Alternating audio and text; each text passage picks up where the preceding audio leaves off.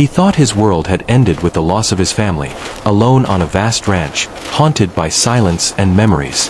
Then, one violent stormy night, 20 towering warriors appeared at his door, seeking shelter. What happened next didn't just change his fate. It shattered everything he thought he knew about grief, trust, and hope. Where are you watching this story? Let us know in the comments below. If stories like this move you, don't forget to subscribe. Now, settle in and experience a journey of loss, courage, and the power of unexpected family. The wind was the first to tell me something was coming.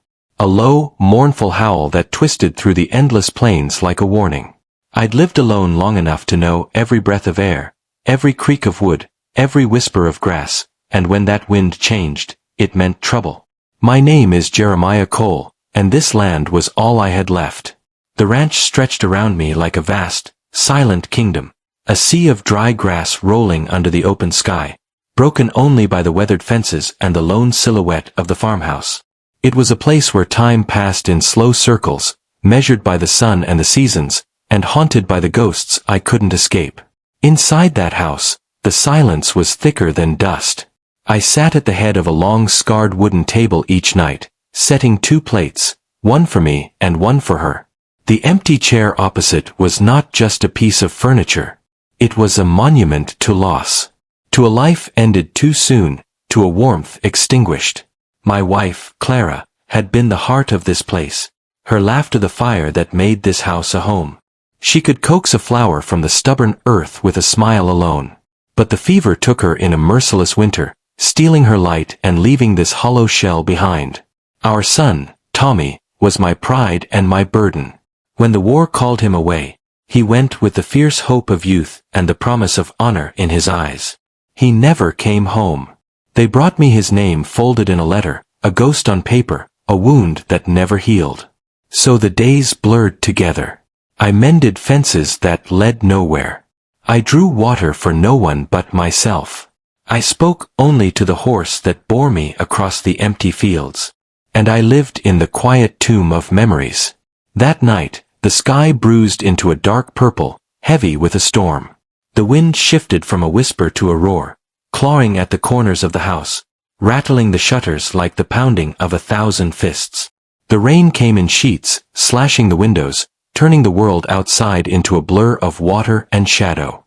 I sat by the fire, staring at the empty chair, when a sound broke the chaos, a sharp, deliberate knock on the door.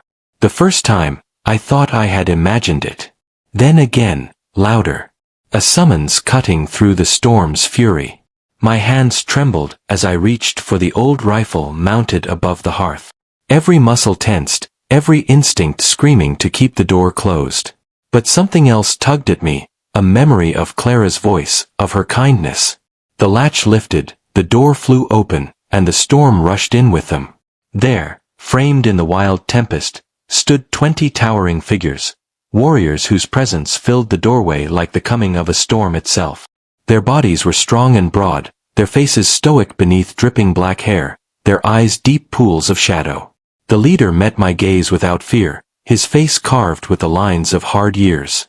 No one spoke at first, only the storm's fury and the pounding of rain. Then, a voice cut through, low and steady despite the wind. "We seek shelter." In that instant, I saw not threats, but souls, weary and human beneath the armor of their silence. I stepped back and held the door wide open, the firelight spilling out to meet them. That night, everything would change. The storm had settled into a relentless rhythm, the kind that hammered the earth with a fury that seemed endless. I stood at the edge of the porch, the firelight behind me flickering like a distant hope, while the rain continued to batter the dry land around the ranch. The house, a weather-beaten relic of a time long past, creaked under the assault of wind and water, but inside, something far heavier than the storm pressed on my chest, the weight of my own solitude. It had been years since the silence inside these walls had been broken by anything other than the howling of the wind or the low moans of loneliness. My name is Jeremiah Cole. I had lost my wife, Clara, to a fever that swept through the valley like a cruel shadow, and my son, Tommy, to a war that promised glory but delivered only grief. Since then, this ranch had been my refuge and my prison. That night, The knocking at the door shattered the quiet like thunder. 20 figures, towering and strong, stood before me, drenched by the storm, their eyes steady and unreadable. They sought shelter, not just from the storm outside, but perhaps from storms deeper than any I had ever faced. I hesitated, rifle in hand, heart pounding with suspicion and fear. But then I saw them, the worn faces, the patient endurance, and a flicker of Clara's voice echoed in my mind. Kindness is the only fire that warms two souls at once. So I stepped back and opened the door. One of them, a young man named Kiona, was clearly unwell, his breath shallow, his skin slick with sweat despite the chill in the air. I tended to him as best I could, using remedies Clara had taught me long ago. It felt strange, this stirring of compassion after so many years of numbness. The warriors settled in, silent and watchful, bringing with them the smell of rain and earth. But beyond the shelter of these walls, the world was turning against us. The townsfolk saw these men as threats, strangers who didn't belong and might bring danger. Deputy McCall came with a posse, their horses' hooves pounding a warning as they circled the ranch. Words were exchanged on the porch, cold and sharp as steel. I stood my ground, insisting that these men were under my protection. The deputy's eyes narrowed, and he left with a threat hanging in the air like smoke. That night, the barn caught fire, flames roaring like a beast unleashed. The attack was not just against these men but against what they represented: hope, resilience, and the fragile bonds we had started to build. Inside, the warriors prepared quietly, hands steady on weapons forged by necessity and honor. I looked once more at the empty chair by the fire, the symbol of my loss, and felt something new stir within me. The battle was coming, and I would stand with these men, not just as their host but as a man reclaiming his own broken spirit. The fire outside blazed bright against the dark sky, a warning and a promise. This was no longer just my fight. It was a war for survival, for family, and for the chance to find peace in a world that had given us so much pain. The night had swallowed the land whole. The rain, once fierce and unyielding, softened into a persistent drizzle that clung to every surface like a whispered reminder of the chaos that had come before. Smoke still curled from the smoldering barn, its acrid sting mingling with the damp earth and wood smoke, filling the air with a heavy, bitter scent. Inside the house, the fire's glow cast long shadows that flickered on the worn walls. I sat at the edge of the hearth, my eyes tracing the flames as they danced, a fragile light battling the encroaching darkness, much like the life I clung to these days. The warriors had settled into a tense quiet, their bodies stretched on the floorboards or propped against the walls, but their eyes never truly rested. They were strangers, yes, but more than that, they were survivors, warriors bound by a silent code stronger than the words we hadn't yet spoken. Kiona, the young man I had tended, lay wrapped in the heavy wool blankets, his breaths shallow and uneven. I watched him, feeling a strange kinship born not of blood, but of shared loss and quiet desperation. His pale face reminded me of Tommy's, the way my boy's laughter had once filled this house, now replaced by echoes that haunted the empty halls. Outside, the world was shifting. The townsfolk's hostility wasn't just whispered threats anymore, it was a storm gathering force, ready to break upon us with fire and fury. The barn had been just the beginning. I could feel the tension thickening like a noose tightening around this fragile sanctuary. Sleep eluded me. I wandered the small rooms, touching the worn surfaces, searching for something to steady my restless mind. The empty chair by the fire caught my eye, a monument to grief, yes, but also a reminder of what I was fighting for. For Clara's memory, for Tommy's name, for the hope that maybe, just maybe, this broken place could be healed. Morning came slow, the dawn's pale light filtering through rain-streaked windows. The storm had passed, but the wounds it left behind were raw and deep. The warriors moved with purpose now, tending to their own wounds and preparing for what was to come. Tayan, their leader, caught my gaze. There was no need for words. The weight of what lay ahead hung between us. I found myself drawn to the small pile of wood and flint Kiona clutched, a child's futile attempt to carve away the long hours of pain. I remembered Tommy, whittling birds on the porch, a soft smile on his lips despite the hard world pressing in. Without thinking, I retrieved my own worn knife from the mantel, its handle polished smooth by years of use. Kneeling beside Kiona, I placed the knife gently on the floor, an unspoken offering of trust and shared humanity. His eyes met mine, flickering with a fragile light, a silent acknowledgement passing between us. It was a bridge, tenuous but real, spanning the gap between two broken souls. But peace was fleeting. The sound came first, a distant rumble growing closer, the pounding of hooves on hard earth. The townsmen were coming, more of them this time, their faces set like stone, their eyes burning with suspicion and rage. I stepped onto the porch, feeling the weight of years and loss settle heavy on my shoulders. They rode hard, a dozen strong, armed and ready. Deputy McCall led them, his silver badge glinting coldly in the gray light. His voice was a blade, sharp and unforgiving as he demanded the warriors leave. But I stood firm. These men were under my roof, my guests. I would not send them out to face a world that had already tried to break them. The standoff was a fragile thing, teetering on the edge of violence. The men exchanged harsh words, warnings veiled in law and threat, but beneath it all was something deeper, a fear of change, of the unknown. I saw it in their eyes, twisted into suspicion and hatred. When they finally rode away, their departure was no relief. It was a promise of war. That night, the first torch flew through the air, shattering the fragile calm. Flames erupted in the barn, roaring like a beast freed from its cage. The men of the town cheered in the darkness, their hate and fear fueling the fire's hungry appetite. Inside, the warriors moved like shadows, swift and silent. Bows were strung, knives drawn, bows bent with practiced ease. Tayan's gaze met mine, a question hanging unspoken in the air. I was no longer just a rancher. I was their ally, their shield. The fight was coming, and I was ready to stand. The firelight flickered, casting a fiery glow on the faces around me, faces etched with pain and determination. The empty chair beside the hearth seemed to hold its breath with us, waiting for what would come next. The battle would not just be for survival. It would be for the soul of this land, for the hope of healing, and for the chance to forge something new from the ashes of what was lost.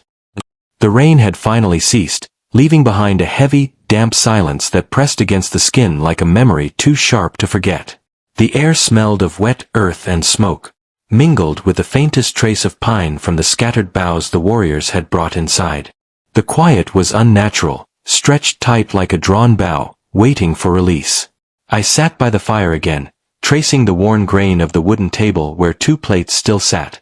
One for me, one for the ghost of a life I once had. The chair across from me stood empty, a silent testament to everything I had lost. Yet tonight, it felt less like a tomb and more like a beacon.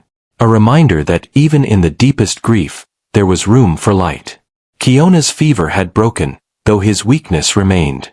I watched as he clutched the knife I had given him, the metal cool and steady in his trembling hands. It was a small thing, but it spoke volumes, a gesture of trust, a thread woven into the fragile tapestry of our newfound kinship. The other warriors moved about with a quiet efficiency, their eyes sharp and ever watchful. They were strangers in this land, yet there was an unspoken understanding growing between us, born of shared pain and the raw will to survive. But outside, the town's hatred festered like a wound refusing to heal. The sheriff's men gathered again, this time with more riders and more determination. Their intent was clear, to drive the outsiders away, to reclaim the land they believed was theirs alone. I stood on the porch once more, facing down the growing storm of anger. The men came with rifles ready and hatred blazing, their faces hard and unforgiving. Their voices carried threats wrapped in law and custom, but I saw the fear beneath, the fear of change, of the unknown. The standoff stretched long into the day, words exchanged like bullets, sharp and unforgiving. I stood firm, knowing that the only law here was the one I chose to uphold, hospitality to those in need, protection for the vulnerable. As the sun dipped below the horizon, the tension snapped. The barn was set ablaze again, the flames licking hungrily at the dry wood, sending sparks swirling into the night sky. The attackers' voices rose in a savage cheer, their hate fanned into a roaring blaze. Inside, we prepared for the fight. Tayan gathered the warriors, their faces steeled and unyielding. Bows were strung, knives gripped tight, and eyes narrowed with fierce resolve. They were not just fighting for shelter, they were fighting for their very lives. I looked once more at the empty chair, no longer a symbol of loss but a seat waiting to be filled. I was no longer alone. The battle was coming, and we would meet it together. When the first shadow moved in the dark, the old dog was the first to raise the alarm. His fierce bark shattered the night's uneasy calm, a savage warning that rolled through the house like thunder. I grabbed my rifle, heart hammering against my ribs, and moved toward the door. Outside, the night was alive with fire and fury. Flames devoured the barn, casting a hellish glow over the faces of the attackers, men fueled by fear and whiskey, their eyes wild with rage. The warriors moved like ghosts, swift and silent, intercepting the flames before they could reach the house. They fought with a fierce grace born of necessity, their weapons flashing in the firelight. I stood beside them, the weight of years and grief falling away as the fight claimed me. For the first time in a long time, I was more than a broken man. I was a defender, a protector. The battle raged through the night, the clash of fire and steel a savage symphony beneath the storm-streaked sky. The attackers pressed hard, but we held firm, united by a bond forged in pain and hope. When dawn finally broke, the attackers had retreated, their rage spent and their numbers thinned. The house stood battered but unbroken, a fortress of resilience amid the scars of war. I looked around at the faces illuminated by the pale morning light, faces marked by struggle but unbowed. The warriors, my guests, my brothers in arms. And beside me, the empty chair finally felt like a place for new beginnings. The road ahead was uncertain, fraught with challenges yet to come. But for the first time, I knew I would not walk it alone. In the quiet that followed, beneath the vast open sky, a fragile peace settled over the land. It was not the end of the story, but the start of something new, a testament to the power of kindness, courage, and the unyielding human spirit. The sun rose sluggishly over the sprawling plains, casting long, weary shadows across the ranch. The storm had passed, but the air still hung heavy with tension and uncertainty. Inside the house, the silence was no longer oppressive. It was charged, like the calm before a battle yet to come. I sat by the window, staring out at the vast expanse of grass and sky, my thoughts tangled in memories and fears. The warriors had begun to settle into the rhythm of this place. A strange new home carved out in the shadow of loss and suspicion. Their presence was both a balm and a burden.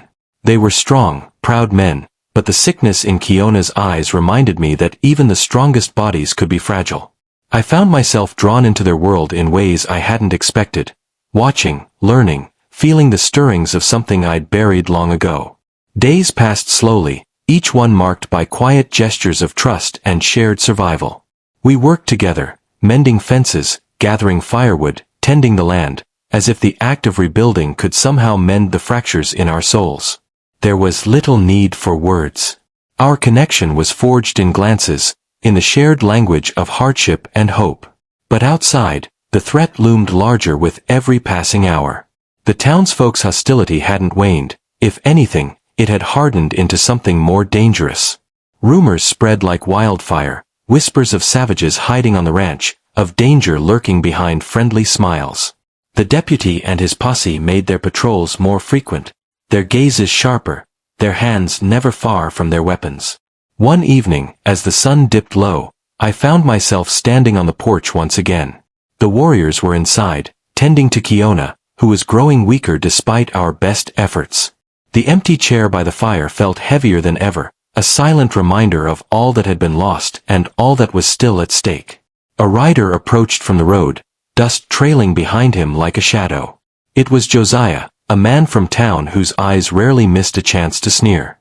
He dismounted slowly, boots crunching on the gravel, and made his way toward me with a swagger that barely concealed his intent. "You're playing a dangerous game, Jeremiah," he said, voice low and full of menace. "These men don't belong here. They're trouble, and trouble always comes with a price." I met his gaze steadily. "They're under my protection. As long as they need it, they'll stay." Josiah laughed, a sharp, bitter sound. You think the town will stand for that? They'll come for you both. And when they do, don't say I didn't warn you." He turned and rode off, leaving me alone with the rising dusk and the heavy weight of his words. That night, sleep was a stranger. My dreams were haunted by flames and shadows, by faces twisted in fear and anger.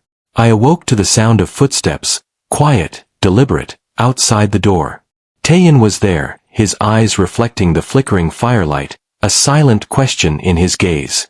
We spoke without words, understanding passing between us like the wind. The time was coming when we would no longer be able to hide behind walls and kindness. The fight was inevitable. The days that followed were a blur of preparation. We reinforced the house, stockpiled supplies, and practiced moves long forgotten but etched deep in muscle memory. The warriors shared stories of their own battles, of losses endured and honor preserved, weaving their pasts into the fabric of our fragile alliance. Kiona's condition worsened. His fever returned with a vengeance, leaving him weak and pale. I stayed by his side, whispering the old remedies Clara had taught me, hoping against hope that this child of strangers might yet survive. One evening, as the sky bled red with the setting sun, a rider appeared on the horizon. This time, it was not a lone messenger but a dozen men, their faces hard as stone, their eyes burning with purpose. The town had sent its judgment. The air thickened with anticipation as they rode into the yard, dismounting with practiced menace. Deputy McCall led them, his badge gleaming coldly in the dying light. "We've come to end this," he declared, voice carrying over the stillness. "You have two choices, send these men away, or face the consequences." I stood at the porch's edge, heart pounding but voice steady. "They are under my protection. This is their home now as much as it is mine." The deputy's jaw tightened, rage flickering in his eyes. "Then you're choosing to make enemies of us all." The threat hung heavy in the air, a storm darker than any weather looming over us. As night fell, the attackers circled like wolves, their shadows stretching long and hungry.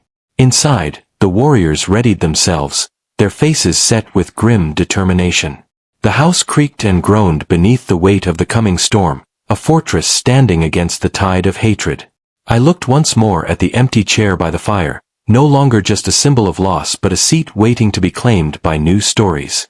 I thought of Clara's smile, Tommy's laughter, and the fragile hope that still flickered in the hearts of men willing to fight for a better tomorrow.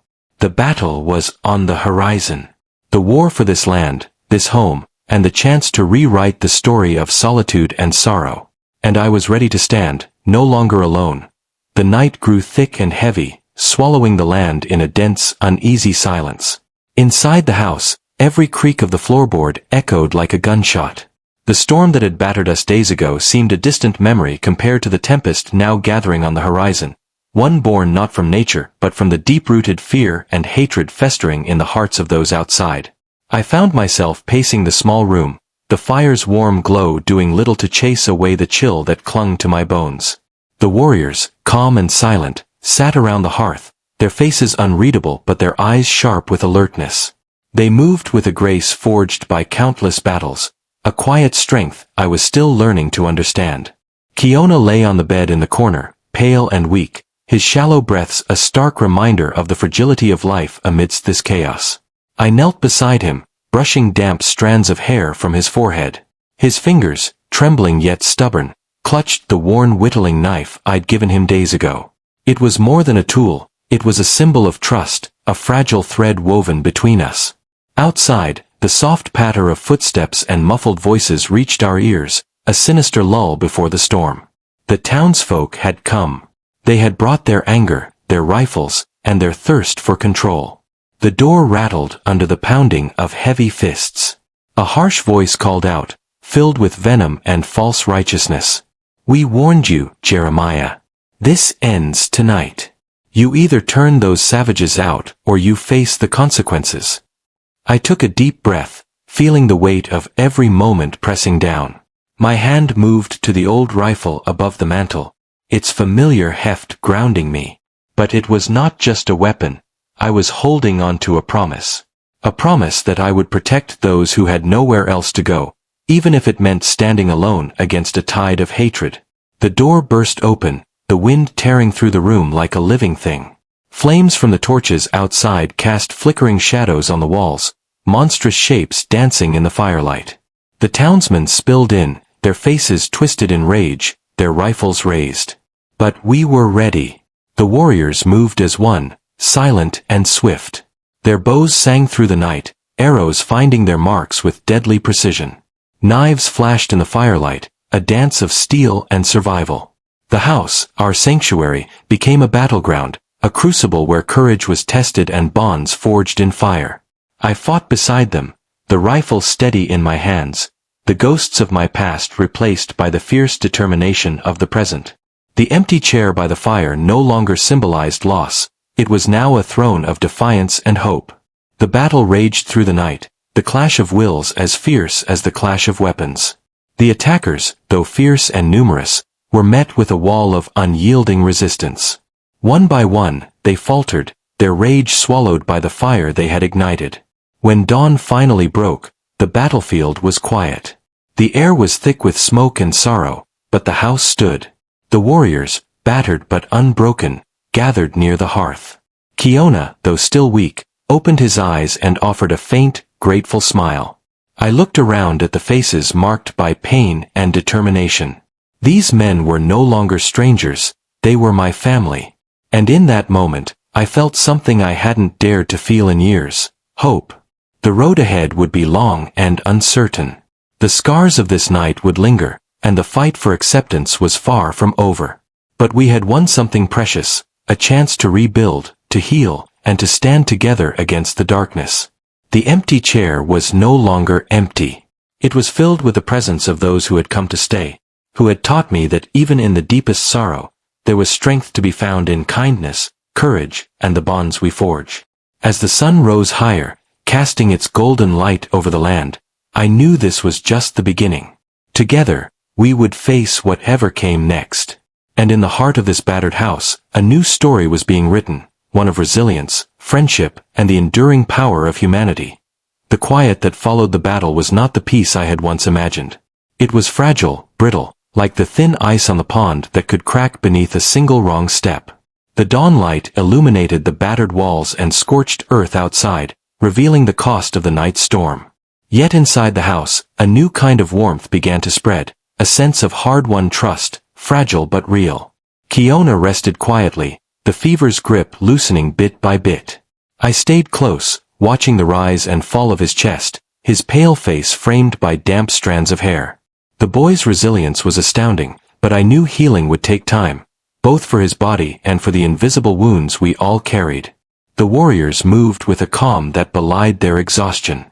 Their eyes, once sharp and guarded, now held something softer, a tentative peace forged through shared struggle. Dan, their leader, approached me quietly one morning as the sun spilled gold through the cracked window. "We owe you, Jeremiah," he said simply, his voice low and steady. "Not just for shelter, but for standing with us when the world turned its back." I nodded, words failing me. There was gratitude in his gaze, but also a solemn promise, a recognition that our fates were now intertwined. Outside, the town simmered with unease. The attacks had shaken many, but fear still lingered in the shadows. The deputy's threats were not forgotten, and I knew the next confrontation was inevitable. The town would not easily accept the presence of these warriors, these strangers who had become my family. Yet, amid the tension, something unexpected began to bloom. Neighbors who had once crossed the street to avoid me now paused to exchange cautious greetings. A few brave souls brought food or supplies, small tokens of solidarity that hinted at change. I found myself slowly stepping back into the rhythm of life I had long abandoned.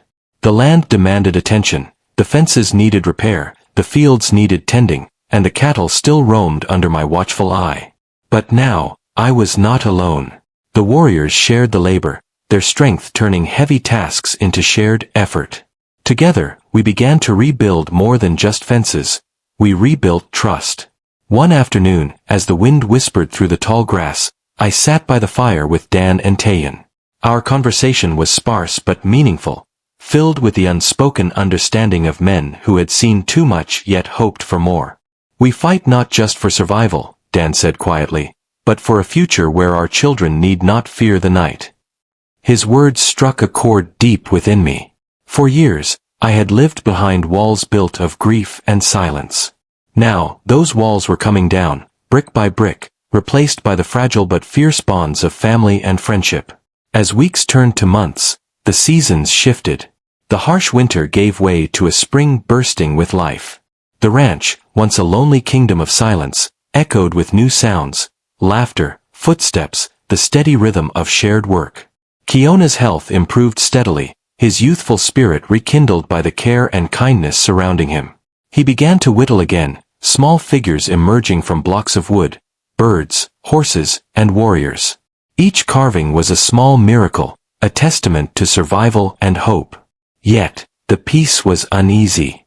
The town's council gathered, debating ways to reclaim what they called their right, to control the land and its people. Their whispers reached us like cold winds, reminders that acceptance was a battle still to be fought. One evening, as the sun dipped low and the fire flickered against the gathering dusk, I stood on the porch, looking out over the land. The empty chair by the hearth no longer called to me with sorrow but welcomed with quiet strength. It was a reminder of all I had lost, yes, but also of all that I had found. The journey ahead was uncertain, the road marked by shadows of distrust and fear. But I was no longer the man who greeted each day with weary resignation. I was a protector, a father, a friend. And in the faces of the warriors and the boy who had come to call this place home, I saw the promise of a new beginning. Together, we would face whatever storms came next. Together, we would stand unyielding, as a family bound not by blood alone, but by the unbreakable ties of courage, kindness, and hope. The weeks that followed felt like walking a tightrope stretched thin over a canyon of old wounds and new fears. The land was alive again, but so was the tension between the ranch and the town.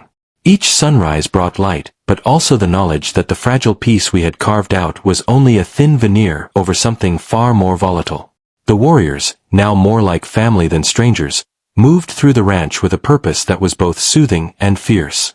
They mended fences, tended crops, and shared stories by the fire. Their presence filled the house and grounds with a vibrancy I had not known since Miriam's passing. Yet beneath this new life, I could still feel the weight of my losses, the empty chair, the silent corners where laughter once lived. Keona, the young warrior who had survived the fever, grew stronger each day. His pale cheeks flushed with color, and his eyes brightened with the spark of youth rekindled.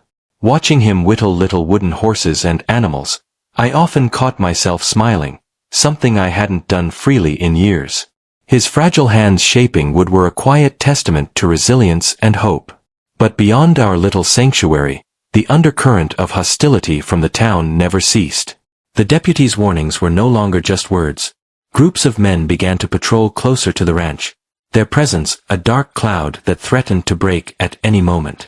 One late afternoon, as I repaired a broken fence with the help of Dan and Tayan, a rider appeared on the dusty road. His horse moved slowly, tired and dust-coated, the rider's hat pulled low against the sun. As he drew nearer, the weathered face of a man I once considered a friend became clear. Thomas McKay, a longtime rancher from the next county, stopped his horse beside us. "I hear you've been taking in those warriors," he said, eyes sharp but cautious. "That's dangerous, Jeremiah.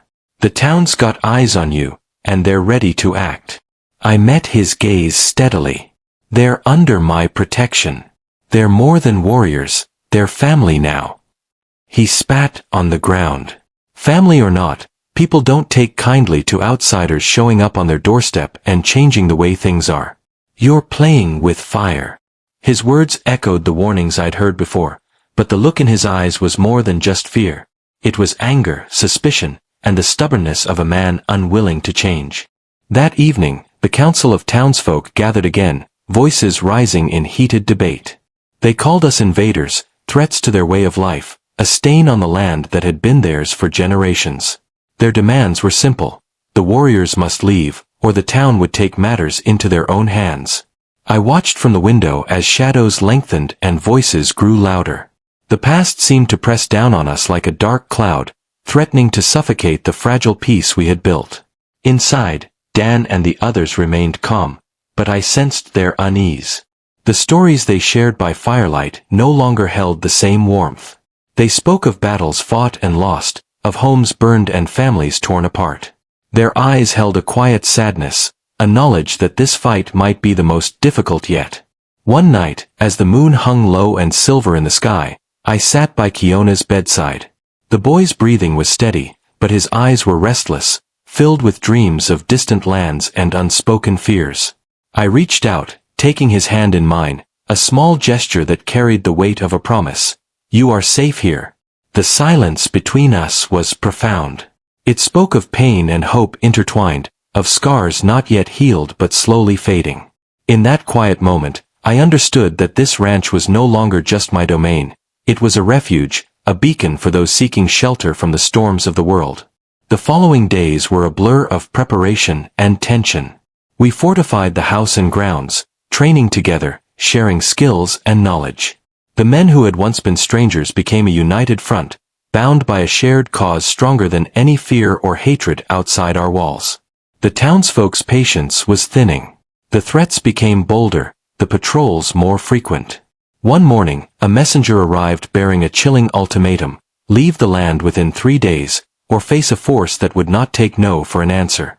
I gathered the warriors around the fire, the weight of the decision heavy on all our shoulders. Dan's eyes met mine, steady and unwavering. "We stand together," he said simply. "Whatever comes, we face it as one." The old loneliness that had defined my life cracked under the pressure of new bonds. The empty chair by the fire was no longer a symbol of loss, but a seat reserved for the future, a future we would fight to protect. As the final day before the deadline dawned, a storm unlike any before began to gather. Thunder rumbled in the distance, mirroring the storm brewing in the hearts of those readying themselves for the battle to come. The ranch, once a silent witness to grief, now stood as a fortress of hope and defiance. In the quiet moments before the inevitable, I walked the grounds, the soft grass underfoot whispering of lives lost and lives saved. I paused by the old oak tree, its branches reaching skyward like hands seeking forgiveness. The memories of Miriam and Elijah flowed through me, not as chains, but as strength. The battle ahead would test us all. But in this place, where sorrow had once reigned supreme, a new story was being written, a story of courage, of resilience, and of the unbreakable power of human connection. And when the first dawn light pierced the storm clouds, we would stand ready, together, unyielding, and unafraid to see the night before the final confrontation was like no other. The ranch lay cloaked in shadow, a fragile island in a sea of uncertainty and dread. The air was thick with tension, the kind that settled in your bones and refused to leave. Every sound seemed amplified: the creak of the old floorboards, the soft rustling of the wind through the trees, the distant call of a lone coyote. Inside the house, I moved quietly among the warriors, feeling the weight of what was to come pressing down on us all. Dan and Tayan sat near the hearth, sharpening their weapons with a calm precision that belied the storm gathering both outside and within. Kiona lay on a makeshift bed, his fever long gone but his body still weak, a silent reminder of the fragility we all faced. I paused by the empty chair, now draped with a blanket Miriam had once made, its worn fabric a symbol of the life and love that had shaped me. The chair was no longer a monument to loss but a testament to endurance, a seat waiting for the future we were about to fight for. The door creaked open softly, and Dan approached. "Rest while you can," he said quietly. "Tomorrow, we stand together, and every moment of peace will count." I nodded, swallowing the lump in my throat. I was no stranger to battles, but this fight was different. It wasn't just about land or survival, it was about identity, about breaking chains of fear and hatred that had bound us for generations. Outside, the wind picked up, carrying with it the scent of rain and the promise of a storm. The sky, once clear, now churned with dark, roiling clouds that mirrored the turmoil in my heart. As the hours slipped by, I found myself wandering to the porch, staring out into the vast expanse of the plains. The stars overhead were faint behind the thickening clouds, but their distant light offered a small comfort. In the silence, memories of Miriam and Elijah rose like ghosts, not to haunt, but to remind me of what I fought for. The ranch was more than a home now. It was a sanctuary, a beacon for those who had nowhere else to turn. The warriors who had come seeking shelter had become brothers in arms, their presence weaving threads of hope and belonging into the fabric of my life. But the night was restless. Every creak, every whisper of wind seemed a harbinger of the violence to come. Sleep was elusive, replaced by the steady beat of my own pulse and the steady rhythm of prayers I hadn't spoken aloud in years. When dawn finally broke, it did so with a heavy gray sky, the first drops of rain falling like tears upon the earth. The warriors gathered silently, their faces set and determined. We moved with purpose, readying the ranch for the inevitable storm that was not just of weather but of man. The townsfolk arrived just as the sun began to rise, their numbers larger than before, their faces hard and unyielding. The deputy rode at their head, his cold gaze meeting mine with a challenge that needed no words. "We warned you," he said, voice low but filled with menace. "This is your last chance." I met his gaze steadily. "This is my home. They are under my protection." The words hung in the air, a line drawn in the dirt beneath our feet. The first shot rang out before the words could even settle. Chaos erupted like a wildfire. The battle was fierce and unforgiving. Arrows whistled through the air, rifles cracked, and the clash of steel echoed across the plains. The warriors fought with the strength of desperate men defending their last refuge, their movements fluid and deadly. I stood at the heart of the fight, rifle in hand, the weight of years pressing on me but not enough to break my resolve. Every face I saw was a reminder of what was at stake, the fragile peace we had built, the family we had become. The townsfolk pushed harder, their hatred fueled by fear and ignorance. They set fire to the barns, the flames roaring like angry beasts devouring the land. Smoke choked the air, the acrid scent mingling with the sweat and blood that soaked the earth. Inside, I saw Kiona struggle to rise, his pale face flushed with determination. The boy who had once been so fragile now fought with a fierce heart, his spirit unbroken. The battle raged for hours, the line between friend and foe blurring in the smoke and chaos. We fought not just for survival, but for the right to exist, to be seen and accepted in a world that had long sought to erase us. When the smoke finally cleared, the townsfolk were retreating, their numbers thinned and their spirit broken. The ranch stood battered but unbowed, a testament to resilience and unity. The cost was high. Wounds were tended, lives mourned, but the victory was undeniable. We had defended our home, our family, and our future. As the sun set, casting a golden glow over the land, I sat once more by the fire, the empty chair now filled with the presence of those who had come to stay. Miriam's memory was no longer a weight but a light guiding us forward.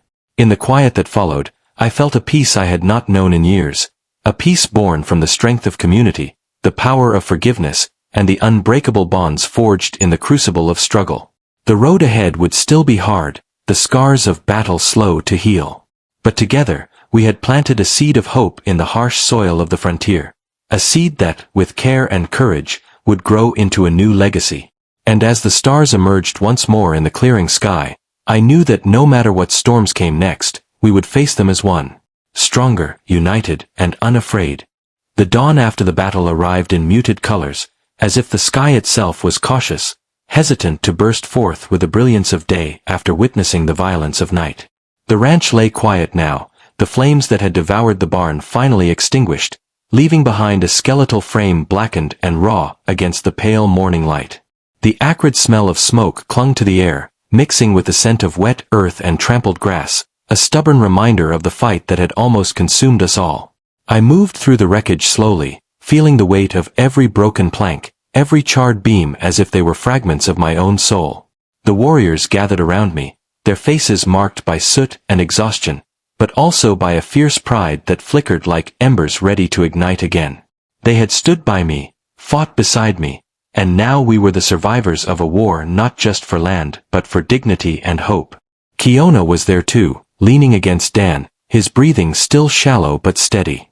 The boy had been at death's door only weeks ago, and now he was here, breathing, living. His presence was a quiet triumph, a testament to the resilience that had carried us through the darkest days. As I walked toward the house, I caught sight of the empty chair by the hearth. It was no longer empty. Not truly. It held the weight of memories, yes, but also the promise of what was to come.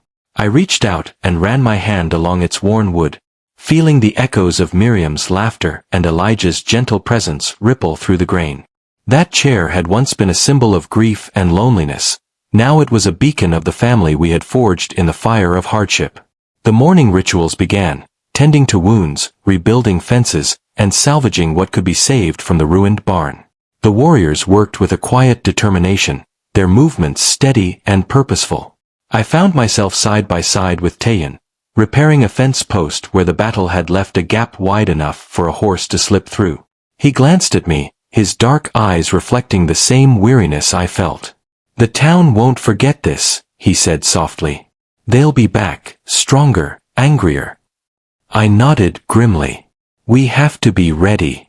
Not just with weapons, but with something stronger. Understanding, trust. They fear us because they don't know us." Dan joined us then, his expression serious. "Trust takes time. But it begins with what we build here, this ranch, this family. If we hold strong, that fear will fade." The days turned into weeks, and slowly the wounds of battle healed. The barn was rebuilt with the help of the warriors and some unexpected allies from the town. Those who had come to see the truth of our lives beyond the rumors and fear. It was a slow process, but each nail hammered and plank set was a small victory, a stitch closing the tear in our fragile peace. One evening, as the sun dipped low, painting the sky in shades of amber and rose, I found myself alone on the porch. The air was cool, filled with the scent of wild sage and fresh earth. The house was quiet inside, the children asleep and the warriors resting after a long day. I settled into the empty chair, now more a throne of remembrance than loneliness. The memories of Miriam's smile and Elijah's laughter filled the space, no longer ghosts but companions on the journey forward. The wind stirred, carrying a soft melody, a song Dan's people sang in times of sorrow and hope. It drifted across the plains, wrapping around the ranch like a gentle embrace. I closed my eyes and let it wash over me, feeling the weight of the past lighten with each note. In that moment, I understood something profound. The silence I had once feared was not an absence but a canvas. On it, we could paint new stories, stories of healing, resilience, and connection.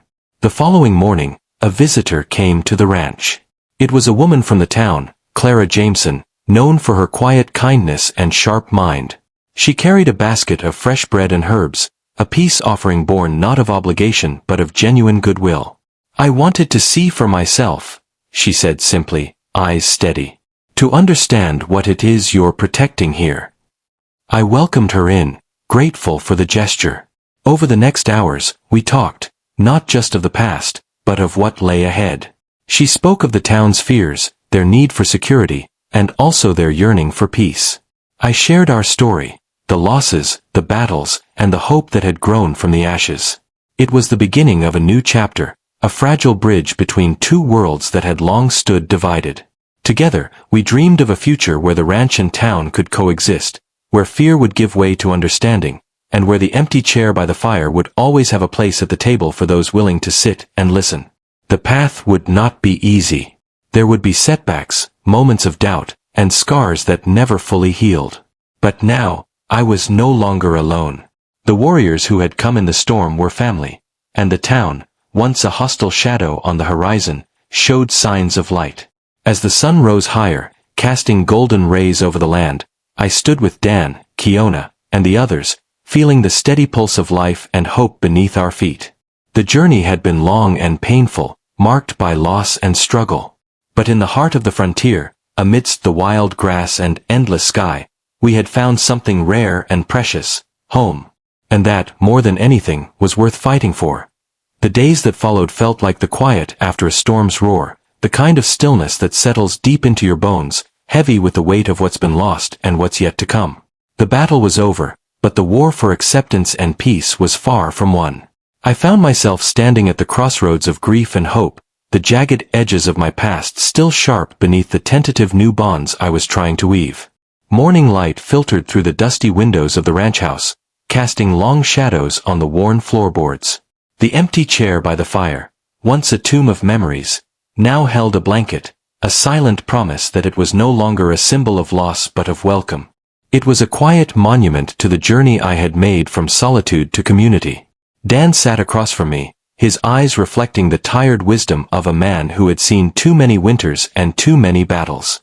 Around us, the warriors moved with steady purpose, tending to the land, rebuilding fences, and caring for one another with a camaraderie that transcended words. Kiona was up and about, his strength returning day by day. Watching him reminded me of Elijah, the son I had lost to a war far away. But Kiona was different. He was a living testament to survival and new beginnings. His laughter, tentative at first, began to fill the house, weaving threads of life back into the fabric of my days. The town's shadow still loomed, a persistent presence in the distance. The memory of the deputy's cold eyes and the burning barn was a reminder that fear and suspicion were stubborn foes. But Clara Jameson's visits, her steady voice advocating for understanding, were a balm to wounds both old and new.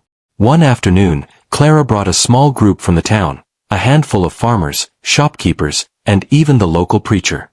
They came not as enemies but as curious souls seeking to bridge the divide. The warriors and townsfolk met on neutral ground, a clearing near the edge of the ranch. The air was thick with hesitation and unspoken questions. I stood before them, the weight of my years and losses pressing down, but also the strength of the new family beside me lending courage. I spoke not just as a rancher but as a man who had seen the cost of fear and the power of compassion.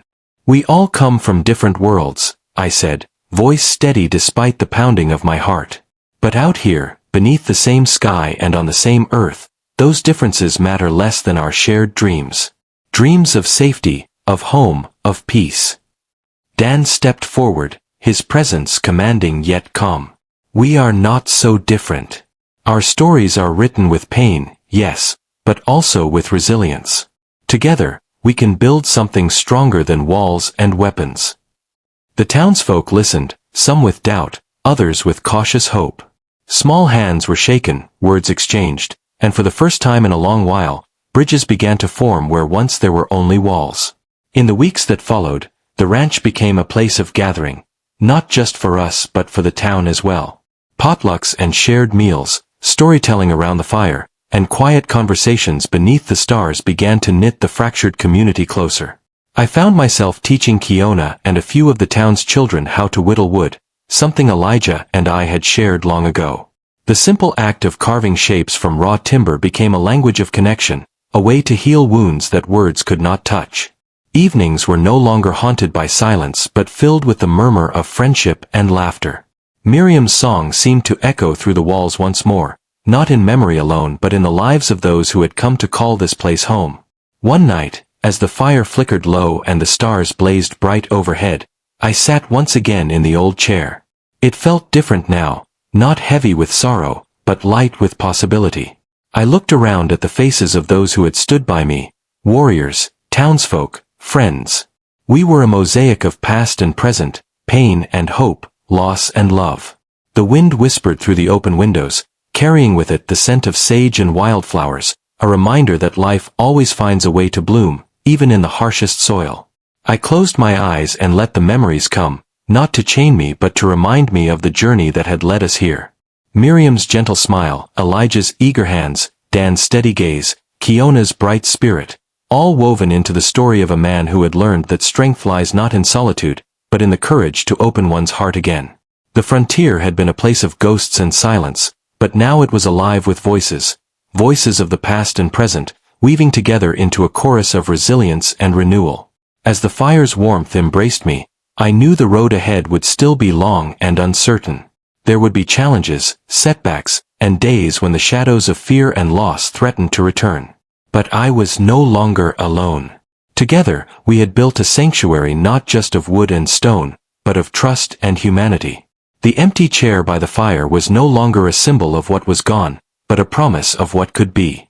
And as the first light of dawn touched the horizon, I felt a peace deeper than any I had known, A peace born from the knowledge that even after the darkest storms, the sun will rise again. The story of this ranch, this family, this home was still being written, one day at a time, by hands joined in hope and hearts healed by kindness. I was ready to face whatever came next, not as a lonely man haunted by ghosts, but as a man surrounded by the living, bound by the unbreakable ties of love and belonging. This was more than survival. It was a new beginning. And it was ours. If you were in his shoes, would you fight the same battle? Share your thoughts in the comments below, and don't forget to like this video. Explore the other stories waiting for you on screen.